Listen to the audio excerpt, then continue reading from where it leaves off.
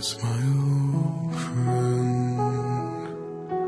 I've come to talk with you again, because a vision softly creeping left its seeds while I was sleeping, and the vision that was planted in my brain still remains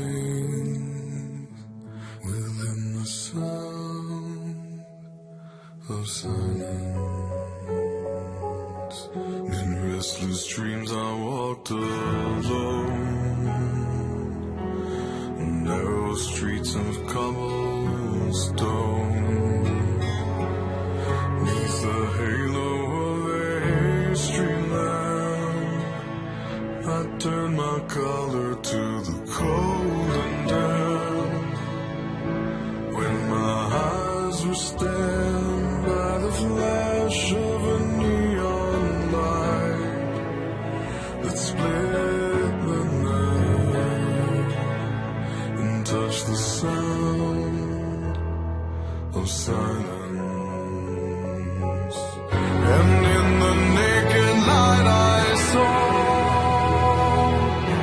10,000 people, maybe more, people talking without speaking, people hearing without listening, people writing songs and voices never shared, and no one dared disturb the sound of silence. Fool said I, you do not know. Concept. See, well, the FAA hasn't delivered their final rules yet when it comes to flying drones, and what we don't know in terms of what's in the videos, is there someone piloting this, or is it all on autopilot? Is the FAA going to require that these pilots have a license, and if so, what are the obstacles to getting that license? So there's a lot of unknowns yet, but Amazon has threatened to leave the country when it comes to their drone delivery program if the FAA and the U.S. businesses aren't as aggressive as they like. So they're sort of holding this over people's heads. And this is a really big business, too. We're talking about upwards of $15 billion over the next couple of years, according to some trade agencies that deal with the subject.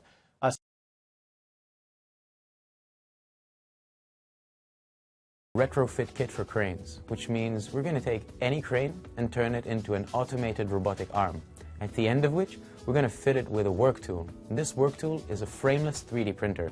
Why a frameless 3D printer? Because we're willing to build multi-level and multi-purpose buildings. So you can have businesses and workshops in the first and second floors, and in the other floors you have housing. The problem with conventional construction is that 80% of the cost can be saved if you use technology. And what we're going to do is create an automated process to fabricate the house that does two things. It reduces waste down to zero, and also reduces the cost of labor because the process is automated. And also reduces the cost of labor because the process is automated.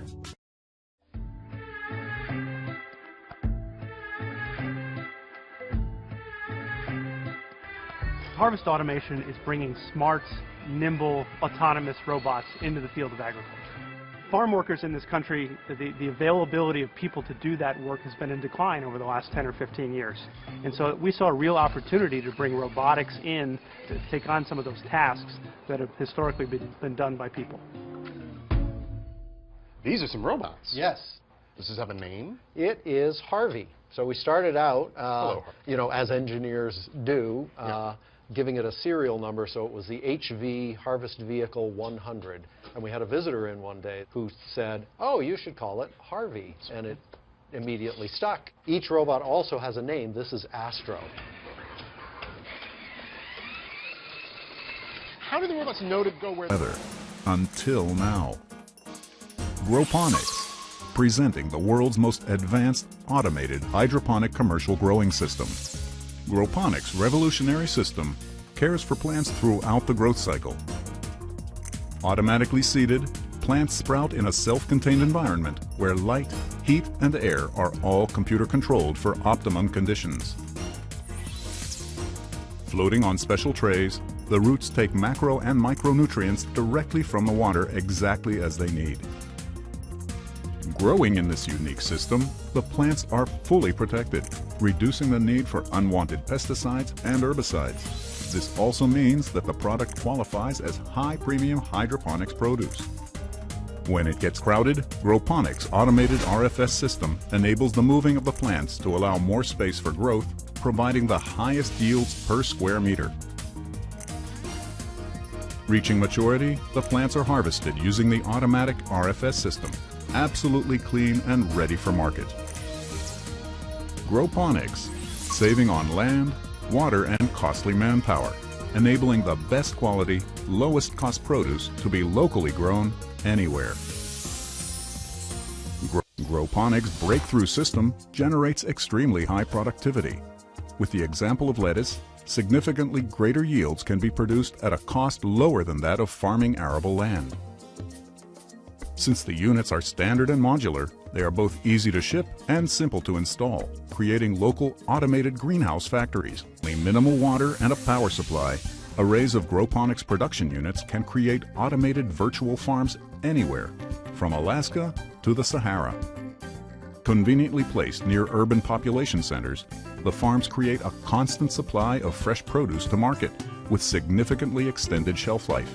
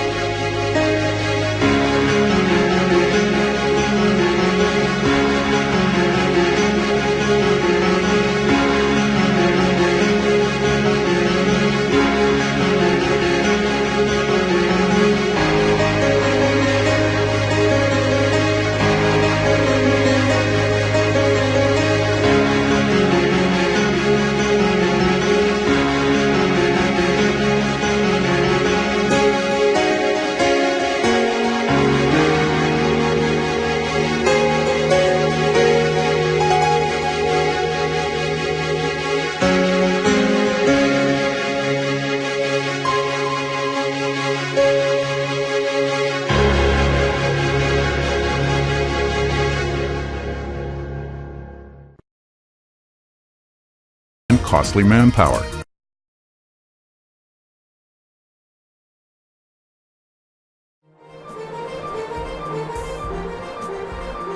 The world depends on mobility. In fast-growing cities, people spend more and more time in their cars. But soon, in a not-so-distant future, System is active. self-driving cars will ease this commute. If the self-driving car will be coming to the roads is no longer a question. The question merely is, when? Mercedes-Benz has been the leading car company when it comes to autonomous driving. In 2013, the company completed the first ever long-distance autonomous drive on country roads and through inner-city traffic in Germany. Because traffic rules, roads, and conditions are different in different countries, the self-driving S-Class is now tested on the roads of California. In the U.S., for example, streets are wider, traffic lights are differently positioned, you have right turn on red, and four-way stops. All things that are different or even unknown in Germany. With so many various conditions on the road, what is the technology that enables the car to adjust and manage such vastly different situations? Equipped with 8 radar systems and 3 cameras, the S500 Intelligent Drive garners endless information from the environment and processes this information in a split second. In combination with maps and GPS information, the research car knows its way around. Learning its environment is one thing. A whole other is learning to make informed decisions. Take a 4-way stop intersection, for example. The rule appears to be simple. The first to stop is the first to go. This is something the autonomous driving Mercedes-Benz has to learn as well, and in case of any doubt, to act defensively. Equipped with the right hard and software, the research vehicle is able to more and more understand its environment and choose the correct maneuver for the situation. Knowing its way around is one thing, learning new traffic conditions the other. Combining both will turn autonomous driving into reality step by step.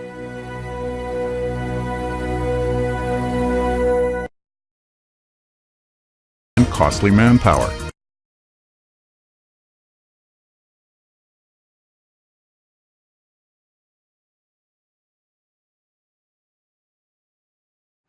Hi, everybody.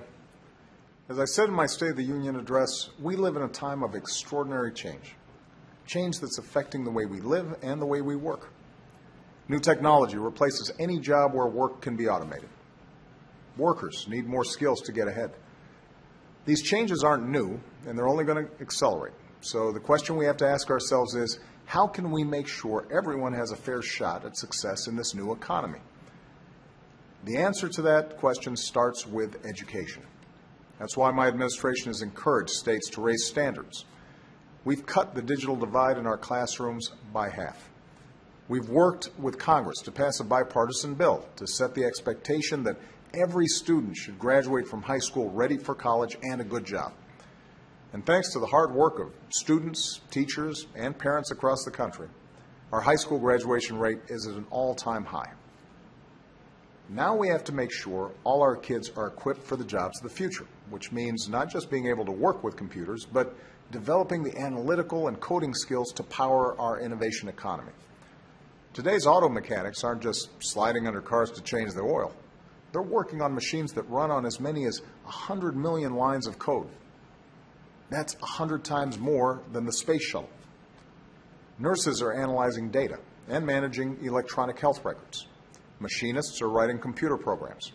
And workers of all kinds need to be able to figure out how to break a big problem into smaller pieces and identify the right steps to solve it. In the new economy, computer science isn't an optional skill. It's a basic skill, right along with the 3 R's. 9 out of 10 parents want it taught to their child in school. Yet right now, only a quarter of our K-12 schools offer computer science. 22 states don't even allow it to count toward a diploma. So, I've got a plan to help make sure all our kids get an opportunity to learn computer science, especially girls and minorities. It's called Computer Science for All, and it means just what it says, giving every student in America an early start at learning the skills they need to get ahead in the new economy.